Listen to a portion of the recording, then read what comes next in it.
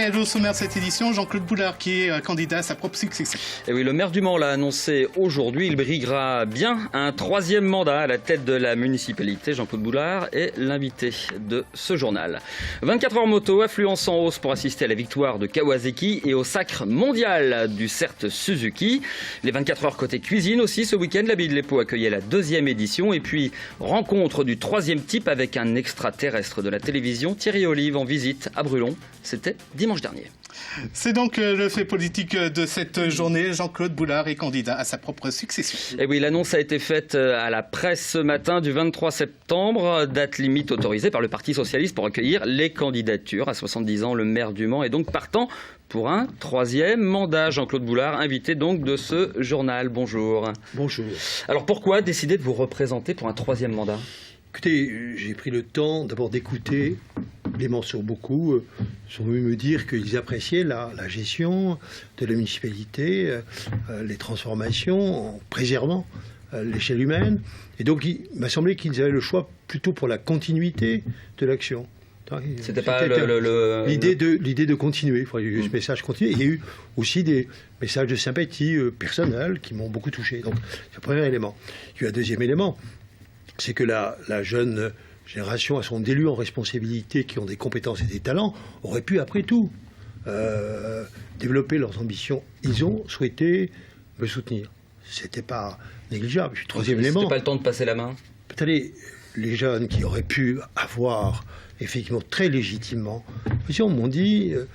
Ils l'ont dit, le maire est légitime à se Marietta Caramanli, notamment. Non, mais Christophe Counil, Stéphane Delfoll, après tout, ils ont des compétences et du talent. Ils ont considéré qu'il fallait que je me représente. Puis il y a eu un 3e élément. Je souhaite effectivement avoir une liste de rassemblement. Et il y a 48 heures, les Verts ont fait le premier pas en décidant de venir avec nous. Je pense que ce serait logique qu'ils soient suivis par les autres composantes, parce qu'on a tous, depuis 10 ans, géré ensemble, à la satisfaction, je le crois, des Manceaux. Et donc se rassembler me paraît possible, compte tenu de la dynamique qui s'est créée il y a 48 ans. J'avais toutes les raisons d'attendre ces 3 éléments pour poser ma candidature. Vous parliez des Verts, justement, je saisis la balle au bon. On va écouter Rémi Battiot, qui est porte-parole du groupe local d'Europe Écologie Les Verts. Voilà, il parle de cette annonce qu'a choisi le groupe local des Verts de partir sur une candidature commune avec le Parti socialiste pour le premier tour. On l'écoute tout de suite.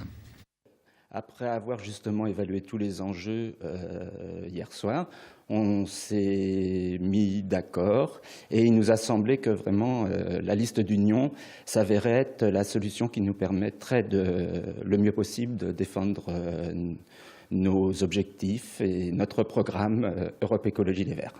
C'est-à-dire qu'il y a une satisfaction globale du bilan. L'inconnu aujourd'hui... aujourd'hui... Ils ont joué un rôle important, je crois que c'est bien. Et l'inconnu aujourd'hui, par contre, c'est ce que fera le parti de gauche, le parti communiste. Je pense qu'il y a une dynamique de rassemblement qui a été engagée par les Verts. Bon, je reconnais dans ma déclaration ce matin combien toutes les composantes ont joué un rôle positif dans le bilan qui est apprécié. En plus, ils ont du talent, de l'expérience. On en a besoin pour rassembler. Et c'est la règle depuis 10 ans, celle du rassemblement.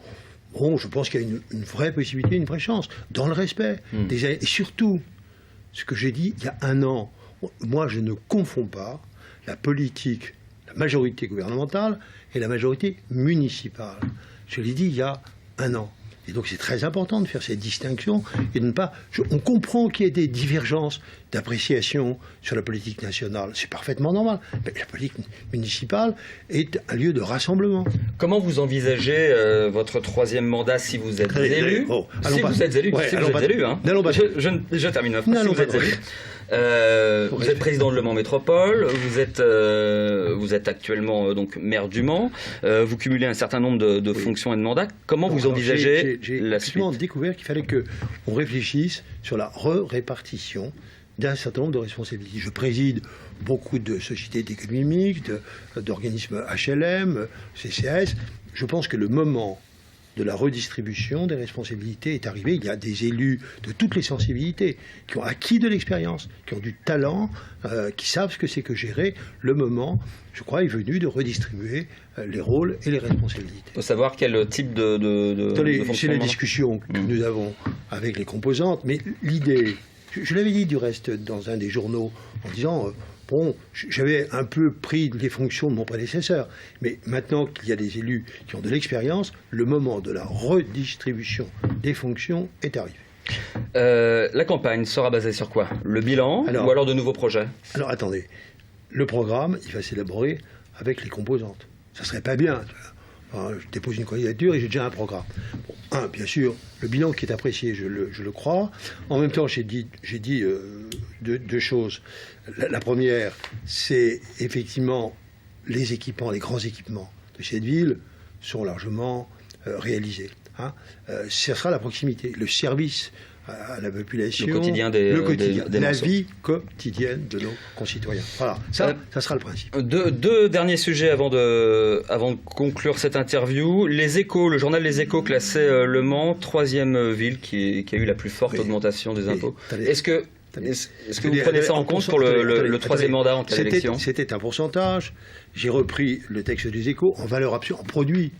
On est en application des Échos, parmi les villes les moins imposées de France. J'ai refait l'exercice dans Ouest-France, et c'est pareil, j'ai regardé l'ensemble des chefs-lieux de département de l'ensemble des villes de l'Ouest, en produit d'impôt par habitant, nous sommes les moins imposés. Donc il ne faut pas regarder le pourcentage, il faut regarder le niveau.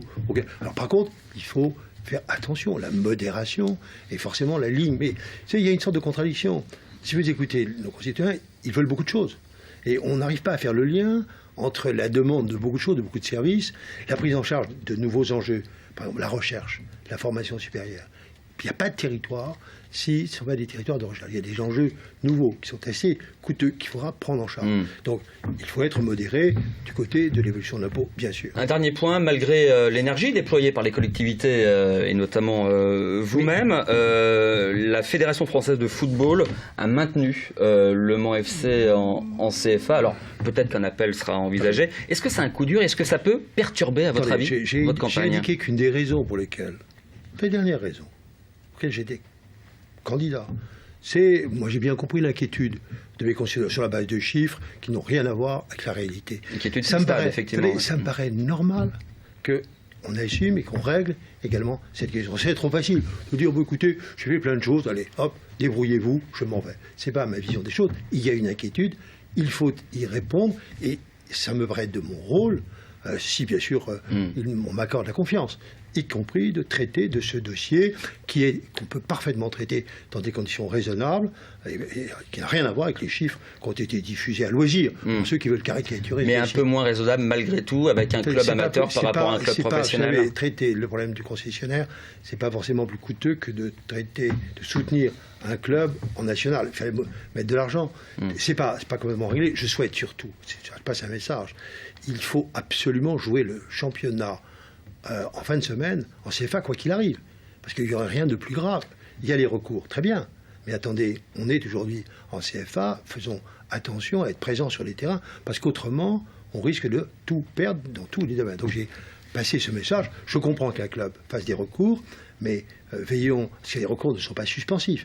Et donc il faut être présent en CFA à la fin de la semaine. C'est très important. Retour sur le terrain. Jean-Claude Boulard, merci d'être passé sur notre plateau. Pardon, en bref, on l'a appris aujourd'hui. Les villes du Mans, de Coulennes et d'Allonnes sont toutes les trois éligibles au titre des emplois francs, un dispositif de gouvernement qui vise à lutter contre le chômage endémique des zones urbaines sensibles. Plus de 70 000 spectateurs ont assisté selon l'Automobile Club de l'Ouest aux 24 heures en moto qui se sont tenus ce week-end sur le circuit Bugatti. Affluence en hausse pour assister au triomphe de Kawasaki pour la 4e année consécutive et au sacre du CERT Suzuki de Dominique Mélian, le Sartois qui, malgré de grosses difficultés de course, a été couronné champion du monde d'endurance pour la 13e fois. Dominique Mélian a de quoi pousser un cri rageur. Le CERT Suzuki est pour la 13e année champion du monde endurance, mais l'écurie sartoise revient de loin. Après à peine 15 minutes de course, Vincent Philippe a chuté, ce qui a entraîné une grosse réparation sur le moteur, 72 tours de perdu. Tout le monde a fait un boulot incroyable, je pense surtout à toute l'équipe technique, parce que je pense qu'il n'y en a pas beaucoup qui seraient capables de démonter un moteur, remonter un moteur complètement durant la course et croire encore au résultat derrière. Le CERT Suzuki n'a pas été le seul à chuter, même Kawasaki y est passé, mais avec beaucoup moins de gravité puisque l'écurie s'adjuge une 4e victoire sur le circuit Manceau devant la Suzuki Lithium R2CL et la Yamaha du GMT 94. Déjà la fierté d'avoir réussi de faire ça 4 fois avec la même équipe, avec Grégory qui m'est fidèle depuis 2010 et ça pour moi c'est très important. On est super content d'être sur le podium.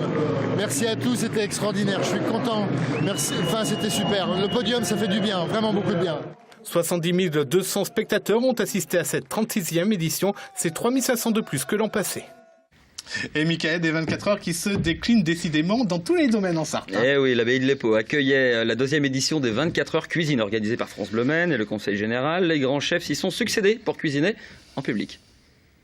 La recette est simple. Plongez à tour de rôle les meilleurs chefs sartois dans une arène, faites-les cuisiner en public et dégustez sans compter un vrai moment de partage et de bonheur culinaire. Ils sont tous contents, ils font plaisir, ils ont mangé, ils nous ont dit que c'était bon. Donc la récompense ultime, c'est que les gens soient contents, quoi. Très bon, c'est très bon. Je me demandais, c'est de la dorade le poisson. Hein. Ça nous change un peu. D'habituellement, on est souvent en arrière-plan, puisque dans les cuisines sont rarement visibles de la salle de restaurant. Là, ça nous fait mettre un petit peu au premier plan. Très bon. J'ai demandé la recette. Il y a toujours un ou deux connaisseurs dans le public qui va poser « mais moi je fais ça comme ça et pourquoi vous n'avez pas fait comme ça ?» Et donc voilà, il faut être pointu aussi, il faut savoir leur répondre et voilà, tenir notre rang on va dire.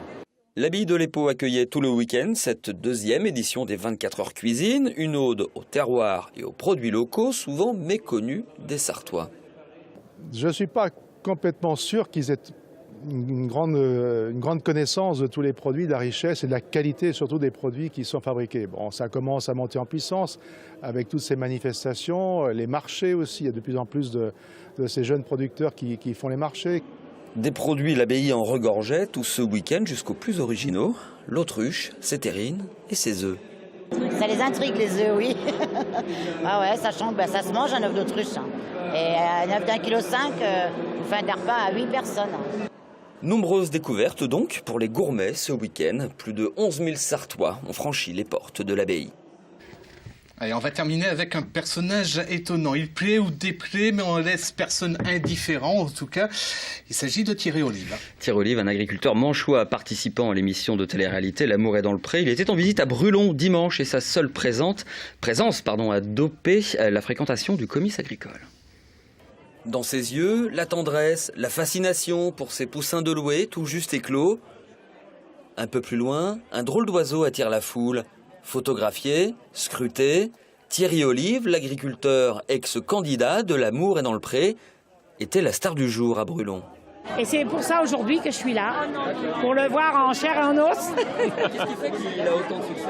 Je pense qu'il est naturel, il a parlé naturel. Ça me fait rougir. Toujours un accueil avec des gens formidables et on voit dans le fond des yeux de l'amitié puis du bonheur. Je pense que quand j'ai passé, j'ai apporté un petit peu de bonheur, un petit peu de gaieté. Mais c'était tout naturel parce que j'ai cherché jamais à rien faire quelque chose pour me mettre bien. Du bonheur, de la gaieté. Pourtant, la venue de Thierry Olive au comice n'a pas été simple. Certains agriculteurs lui reprochant de donner une mauvaise image du métier. L'organisateur s'est accroché. Il est plutôt fier de son coup. Pour moi, c'est un beau spectacle. Ça remplace un clown, ça remplace une fanfare, et ça amène du monde, et tout le monde est content. C'est ça qui m'intéresse. C'est plus qu'un agriculteur, alors? Oui, c'est une star. Thierry Olive a fait ce pourquoi il était venu et payé, le clown.